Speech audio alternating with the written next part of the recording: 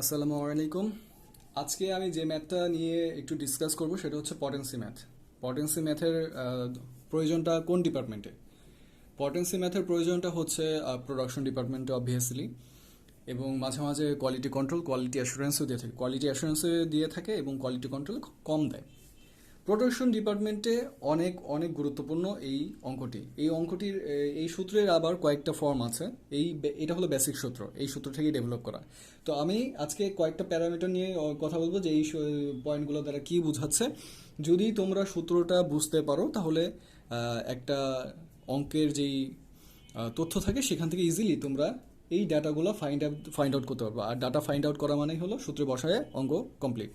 So আমি এখন explain করব এবং এই এক্সপ্লেনেশনটা খুব ভালো মতো বুঝবে, কারণ এই অঙ্কটা বারবার আসে, বারবার তোমরা ভুল করো, কিন্তু না বোঝার কারণে বারবারই তোমরা কিন্তু এই প্রবলেমটা এড়িয়ে যাও। তোমরা মনে করো যে জাস্ট সহজ অঙ্ক, একবার সূত্র দেখলেই হয়ে যাবে। বাট সূত্র যতবারই দেখো, তুমি যদি সূত্র না বুঝো, ডাজেন্ট ম্যাটার, তুমি কখনোই এই জিনিসটা সলভ করতে পারবে না। ওকে, প্রথমে লেখা রিকোয়ার্ড কোয়ান্টিটি। রিকোয়ার্ড কোয়ান্টিটি মানে কি? তোমাকে বিভিন্ন তথ্য দিয়ে বলবে, সাপোজ যে এত লেভেল ক্লেম বা এত ডোজেস ফর্ম, সাপোজ ধরো প্যারাসিটামলের কথা যদি বলে যে 500 মিলিগ্রাম প্যারাসিটামলের যদি আমি 1 লাখ পিস তৈরি করতে চাই, তাহলে সেখানে কত এপিআই লাগবে যদি পটেন্সি হয় 98%। এখন তার মানে আমি জানতে চাচ্ছি কি, একটা সার্টেন অ্যামাউন্ট জানতে চাচ্ছি যে এত পিস ট্যাবলেট তৈরি করার জন্য আমার কত এপিআই দরকার, সেটাকেই আমি বলতেছি রিকোয়ার্ড কোয়ান্টিটি। ওকে, এখন আসলে স্ট্যান্ডার্ড কোয়ান্টিটি। স্ট্যান্ডার্ড কোয়ান্টিটি বলতে কি বোঝো? স্ট্যান্ডার্ড কোয়ান্টিটি অ্যাকচুয়ালি এটা দুটো জিনিসের গুণ ফলে স্ট্যান্ডার্ড কোয়ান্টিটি তৈরি হয়। আমি সেই জিনিসটা লিখে দিচ্ছি।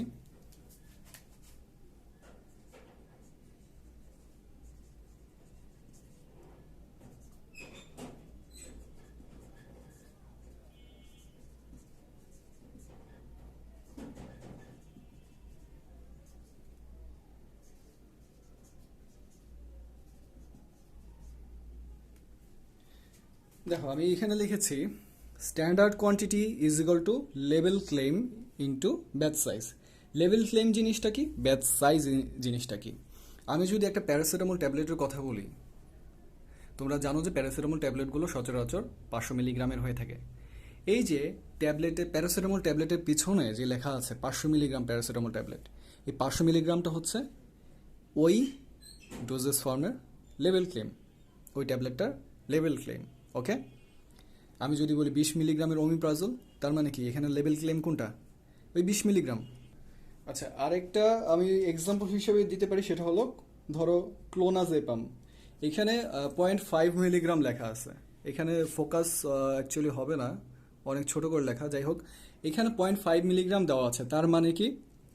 তার মানে হচ্ছে এটা লেভেল ক্লেম কত? 0.5 মিলিগ্রাম। আচ্ছা, এখন আমার কাছে জানতে চাচ্ছে যে 500 এটা, আচ্ছা ধরো ধরো 5 লাখ পিস তৈরি করার জন্য 0.5 মিলিগ্রাম, 5 লাখ পিস তৈরি করার জন্য কত এপিআই দরকার। দ্যাট মিনস কি এই 5 লাখ পিসটা কি ব্যাচ সাইজ? দ্যাট মিনস একসাথে তৈরি, এই ব্যাচটা তৈরি করা হবে কত পিসের? 5 লাখ পিস। এই যে এই অ্যামাউন্টটা, এটাকে বলা হচ্ছে কি ব্যাচ সাইজ। তাহলে standard quantity is equal two কি লেভেল ক্লেম ব্যাচ সাইজ। এখন আমি চাই তোমরা একসাথে দুটো গুণ করবা না। এখানে তোমরা এই সূত্রটা লেখার আগে আগে স্ট্যান্ডার্ড কোয়ান্টিটি আলাদা করে বের করে নিবা। আলাদাভাবে এই কারণেই বের করে নিবা কারণ এখানেই অ্যাকচুয়ালি মেইন ভুলটা হয়। মেইন ভুলটা কি কারণে হয় দেখো, এই যে আমাদের লেভেল ক্লেমটা কিন্তু অলওয়েজ অধিকাংশ ট্যাবলেটের ক্ষেত্রে আমাদের মিলিগ্রামে থাকে এবং আমাদের ব্যাচ সাইজটা হয় অনেক বেশি। দ্যাট মিনস এখানে যদি 500 মিলিগ্রামের প্যারাসিটামল ট্যাবলেটের সাথে যদি আমি 5 লাখ গুণ দেই, বিশাল একটা ফিগার দাঁড়ায়। এখন আবার আমাদের পটেন্সি কত? হাইয়েস্ট পটেন্সি কিন্তু পার্সেন্টে। তো এখানে ধরো পটেন্সি আমার 98%। 98%ও দিয়েও যদি আমি ভাগ দিই, আনসারটা বড় আসবে। এবং কেন বড় আসবে? কারণ লেভেল ক্লেমটা কত? মিলিগ্রামে, এবং এটার সাথে গুণ করলে আনসারটাও মিলিগ্রামে আসবে, আর মিলিগ্রামের রেজাল্টটা অনেক বড়। এখন যেহেতু আমি একটা লটের, একটা ব্যাচের হিসাব করতেছি, আমার কিন্তু মিলিগ্রামে আমি যদি ওয়্যার হাউসে পাঠাই বা আমি যদি তোমার ফার্মাসিউটিক্যালে থাকি, আমার কিন্তু মিলিগ্রামে হিসাব হবে না, আমার কিসে হিসাব হবে, আমার কেজিতে হিসাব হবে। তাহলে এই এত বড় ফিগার কিন্তু আমরা রাখি না, আমরা অলওয়েজ কিসে হিসাব করি, কেজিতে। এবং কিছু কিছু ম্যাথে তোমার ডিরেক্টলি বলেই দিবে যে আনসারটা কেজিতে বের করো। কাজেই আমি কি করব, আলাদাভাবে এভাবে গুণ করব, গুণ করার পর আমার যে আনসারটা আসবে সেটাকে কেজিতে নিব। এখন কেজিতে নেওয়ার জন্য আমার কি করতে হবে, আমরা জানি 1000 milligram is equal to 1 gram এবং 1000 gram is equal to 1 KG. That means আমার এখানে দুইটা ভাগে ভাগ করতে হবে। সাপোজ এখানে গুণ করার পর আমার কি আসলো, এক্স আসলো। এই এক্সটা কিসে, মিলিগ্রামে। তাহলে আমি এটাকে কেজিতে রূপান্তর করার জন্য কি করব, এক্স ডিভাইডেড বাই 1000 ইন্টু 1000। তাহলে আমার কি হয়ে যাবে, জিনিসটা কেজিতে হয়ে যাবে। তাহলে আনসারটা আসবে আমার এক্স কেজি। ছোট একটা ফিগার হয়ে যাবে। এই ছোট ফিগারটা দেন যদি আমি পটেন্সি উপরে বসাই স্ট্যান্ডার্ড কোয়ান্টিটি এবং নিচে পটেন্সি দ্বারা ভাগ দেই, আমার খুব সুন্দর একটা রেজাল্ট আসবে। এবং জিনিসটা যদি তোমার কেজিতে কনভার্ট করতে কেজিতে আনসার চায়, তাহলে তোমার অঙ্ক তো হয়েই গেল। মেইন ভুলটাই অনেকে এখানে করে যে অনেকে কত দ্বারা ভাগ দিতে হবে এটা জানে না। আমি আবার বলছি, কত দ্বারা ভাগ দিতে হবে এটা জানে না, এটা বুঝতে হবে, তো এটা মাথায় রাখতে হবে। আমি যেহেতু মিলিগ্রামে আমার লেভেল ক্লেম, আমি যেহেতু গুণ করতেছি আনসার কোনো সংখ্যা দ্বারা গুণ করতেছি, কোনো একক না, সংখ্যা দ্বারা গুণ করছি, তাহলে আমার আনসারটা কি আসবে, মিলিগ্রামে। আর মিলিগ্রামকে যদি আমি কেজিতে কনভার্ট করতে চাই, দুটা স্টেপ আছে। 1 KG is equal two 1000 gram, 1 gram is equal two 1000 KG. That means 1000 দুইবার দ্বারা ভাগ দিতে হবে। একবার 1000 দ্বারা ভাগ দিলে মিলিগ্রামটা গ্রামে কনভার্ট হবে, আরেকটা 1000 দ্বারা ভাগ দিলে গ্রামটা কিসে কনভার্ট হবে, কেজিতে। তো এভাবে আমরা স্ট্যান্ডার্ড কোয়ান্টিটি আগে বের করব। বের করার পর উপরে স্ট্যান্ডার্ড কোয়ান্টিটি বসাবো, নিচে পটেন্সি। এখানে আরেকটা ভুল হয়, সেটা হচ্ছে যে সাপোজ 98% পটেন্সি দেওয়া আছে। এখন আমাদের মধ্যে আমরা যারা ম্যাথ রেগুলারলি করি না, তারা আমরা কনফিউশনে পড়ে যাই যে 98 লিখবো নাকি 98-এ ভাগ দিয়ে 100 দ্বারা ভাগ দিয়ে সেটাকে আমরা 0.98 লিখবো। তো এইখানে আমি ক্লিয়ার করে বলে দিচ্ছি, পার্সেন্ট যতই থাকবে আমি সেটাকে ডিরেক্টলি লিখবো। 98% থাকলে 98 লিখবো, আমি পণ্ডিতি করে 0.98 লিখবো না। ওকে ওকে, তাহলে রিকোয়ার্ড কোয়ান্টিটি যেটা আমার চাবে, স্ট্যান্ডার্ড কোয়ান্টিটি আমি আগে বের করে নিব, level claim into batch claim, level claim into batch size. Batch সাইজটার আনসার আসবে মিলিগ্রামে, সেটাকে আমি 1000 দ্বারা ভাগ করে কেজিতে কনভার্ট করব। দেন ফাইনালি এই মানটা আমি এখানে বসাবো এবং পটেন্সি যে মানটা দেওয়া থাকবে উইদাউট এনি ভাগাভাগি 100 দ্বারা ভাগ করবো না, ডিরেক্টলি এখানে আচ্ছা, আমার মোবাইলটা ওভারহিটেড হয়ে গেছিলো, তার কারণে কেটে গিয়েছিল ভিডিওটা। আবার বলছি, কোনো ভাগাভাগি করা যাবে না, পটেন্সি যা থাকবে তাই বসাবো আমি। ওকে, আচ্ছা, এখানে আরেকটা ব্যাপার থাকে, সেটা হলো কিছু কিছু ফার্মাসিউটিক্যাল কোম্পানি কিছু ট্রিক্স অবলম্বন করে। লাইক এখানে আমরা অলওয়েজ পটেন্সি অনেক বড় ফিগারের করে, অনেক বড় ফিগারের পটেন্সির অঙ্ক করতে অভ্যস্ত, লাইক 80%, 98%, 88%। কিন্তু এখন যদি কোনো ফার্মাসিউটিক্যাল কোম্পানি 10% পটেন্সি দিয়ে দেয়, তখনই কিন্তু আমাদের আনসারটা কিন্তু অনেক বিশাল আসে। কারণ যত ছোট সংখ্যা দ্বারা আমরা ভাগ করবো, আনসারটা কিন্তু অত বিশাল আসবে। তখন দেখা যায় যে আমরা অঙ্কটা করতে গিয়ে ভেবা জায়গায় খেয়া যায়। এই জিনিসটা এড়ায় চলতে হবে, কারণ পটেন্সি যাই থাক, আমি যদি সূত্র অনুযায়ী করি তাহলে ভাই আনসার যাই এসো তাতে আমার কি, আমি তো সূত্র অনুযায়ী করছি, তাই না? আচ্ছা, তো সূত্রটা মনে রাখবা, এক্সপ্লেনেশন আমি খুব সুন্দর মতো দিয়ে দিছি। কোনো কনফিউশন থাকলে you will let me know. আমি এখন একটা ছোট্ট অঙ্ক দ্বারা বুঝাই দিচ্ছি, জিনিসটা রিলেট করে দিচ্ছি। ওকে, আচ্ছা দেখো, এখানে বলা হচ্ছে হাউ মাচ সিপ্রোফ্লক্সাসিন। তো প্রথমেই আমি দেখতে পারতেছি তারা সিপ্রোফ্লক্সাসিনের একটা অ্যামাউন্ট আছে, দ্যাট মিনস রিকোয়ার্ড কোয়ান্টিটি তারা জানতে আছে। Is required to manufacture 450,000, 4,50,000 ciprofloxacin তৈরি করতে কতটুকু সিপ্রোফ্লক্সাসিনের এপিআই দরকার, যদি কিনা আমার ট্যাবলেট সাইজটা হয় 250 মিলিগ্রাম। দ্যাট মিনস এটা কি চাচ্ছে, লেভেল ক্লেম চাচ্ছে।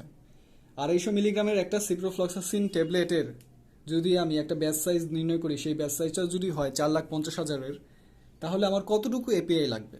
যদি কিনা আমার পটেন্সি হয় 98.58%। তাহলে এই সূত্রের সাথে কি আমি সব কিছু আইডেন্টিফাই করতে পারছি এই সূত্রের তথ্যগুলো? দেখো তো, রিকোয়ার্ড কোয়ান্টিটি তো এখানে আছেই। স্ট্যান্ডার্ড কোয়ান্টিটি কি এখানে আছে? দেখি আমরা স্ট্যান্ডার্ড কোয়ান্টিটি সম্পর্কে আমরা কি দেখেছিলাম। Standard quantity is equal to level claim কোনটা? এটা। তাহলে level claim is equal to 250 milligram. তারপর ব্যাচ সাইজ ছিল, batch size is equal to 4,50,000, 450000। আচ্ছা, আরেকটা কি? Potency is equal to 98.58%। আচ্ছা, তাহলে আমরা জানি যে standard quantity is equal to level claim into batch size, আর নিচে আছে পটেন্সি। তাহলে আমরা এই অঙ্কটা করার জন্য সবকিছু পেয়ে গেছি, জাস্ট আমরা এখন বসায় দেব। তাহলে আমরা দেখি, উপরের অংশটুকু আমি মুছে ফেলতেছি।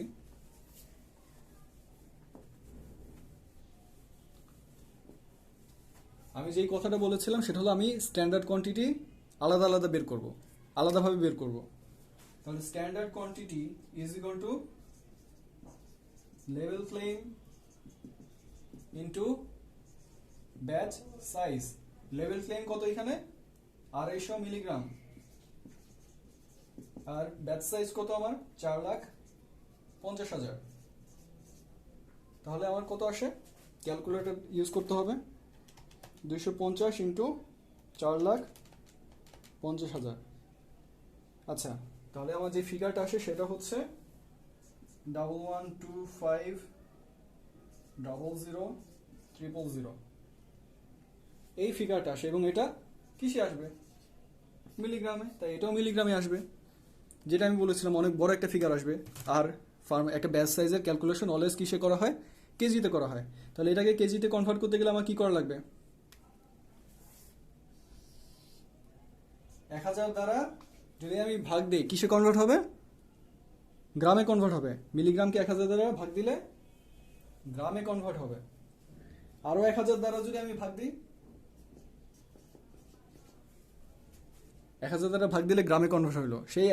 সেই গ্রামটাকে যদি আমি আবার 1000 দ্বারা ভাগ দিই, কিসে কনভার্ট হবে? কেজিতে। এই যে কেজি।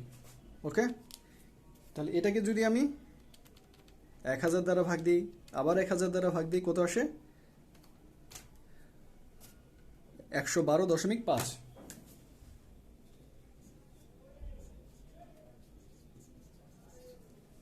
তাহলে আমার স্ট্যান্ডার্ড কোয়ান্টিটি কত? 112.5 কেজি। তাহলে এই দুটো আমি মুছে ফেলছি। বাকি থাকলো কি? স্ট্যান্ডার্ড কোয়ান্টিটি বের করেছে, এখন আমি এই সূত্রে বসায় দেবো। দেখো, required quantity is equal two standard quantity potency into 100। তাহলে আমার স্ট্যান্ডার্ড কোয়ান্টিটি কত ছিল? 112.5। 112.5। পটেন্সি আমার কত ছিল? 98.58%। আর সূত্র অনুযায়ী আমার 100।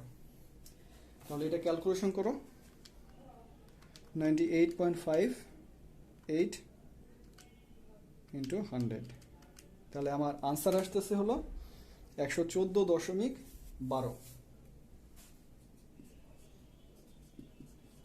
এবং সেটা কেজিতে। ওকে,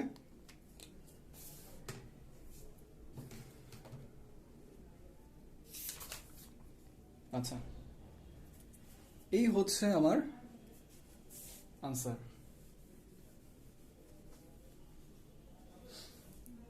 এখন আনসারটা হয়েছে কিনা সেটা আমি জাস্টিফাই করে কিভাবে করব? একটা জিনিস খেয়াল করবা, স্ট্যান্ডার্ড কোয়ান্টিটির সাথে রিকোয়ার্ড কোয়ান্টিটির একটা কম্প্যারিজন করবা। স্ট্যান্ডার্ড কোয়ান্টিটি আমরা যেটা বের করব, যেহেতু আমাদের পটেন্সি কম, তাহলে রিকোয়ার্ড কোয়ান্টিটি স্ট্যান্ডার্ড কোয়ান্টিটি থেকে একটু বেশি হবে। খুব আহামরি তারতম্য হবে না। লাইক 100 থাকলে এটা হয়তো 110 হবে, ওই রাউন্ড ফিগার থাকবে। এটা 100 হইলে এটা 10 হবে না। এটা 200 হইলে এটা 50 হবে না। ওকে, অবশ্যই এটা এটা থেকে বড় হবে, কিন্তু এটা 100 হলে এটা 1000 হবে না, এটা মাথায় রাখতে হবে। যদি কিনা এটার পটেন্সি খুব কম থাকবে, লাইক 10, 15, 5 এরকম। দেখো কম্প্যারিজনটা আমি কি করতেছি, আমার এটা হয়েছে 112, যেহেতু আমার পটেন্সি কম, এটা হয়েছে 114। দেখছো, 98% পটেন্সি, তার মানে কি খুব কাছাকাছি। এবং রেজাল্টও আসছে কি 112-এর এগেনস্টে 114 আসছে। তাহলে আমি বলতে পারি যে আমার অঙ্কটা হয়েছে। সূত্র ঠিক রাখতেছো, সময় পাচ্ছ, অঙ্কটা ইভ্যালুয়েট করতেছো। কীভাবে ইভ্যালুয়েট করবা? স্ট্যান্ডার্ড কোয়ান্টিটির সাথে রিকোয়ার্ড কোয়ান্টিটি, যেহেতু পটেন্সি কম, স্ট্যান্ডার্ড কোয়ান্টিটি থেকে রিকোয়ার্ড কোয়ান্টিটির মান বেশি আসবে। ওকে, আচ্ছা, থ্যাংক ইউ সো মাচ। আমি আশা করি অঙ্কটা বুঝাইতে পারছি খুব যতটুকু সহজভাবে বোঝানো সম্ভব হয়েছে আমার পক্ষে। তারপরেও কনফিউশন যদি থাকে আমাকে জানাবা, আর পড়ালেখা করবা। আসসালামু আলাইকুম।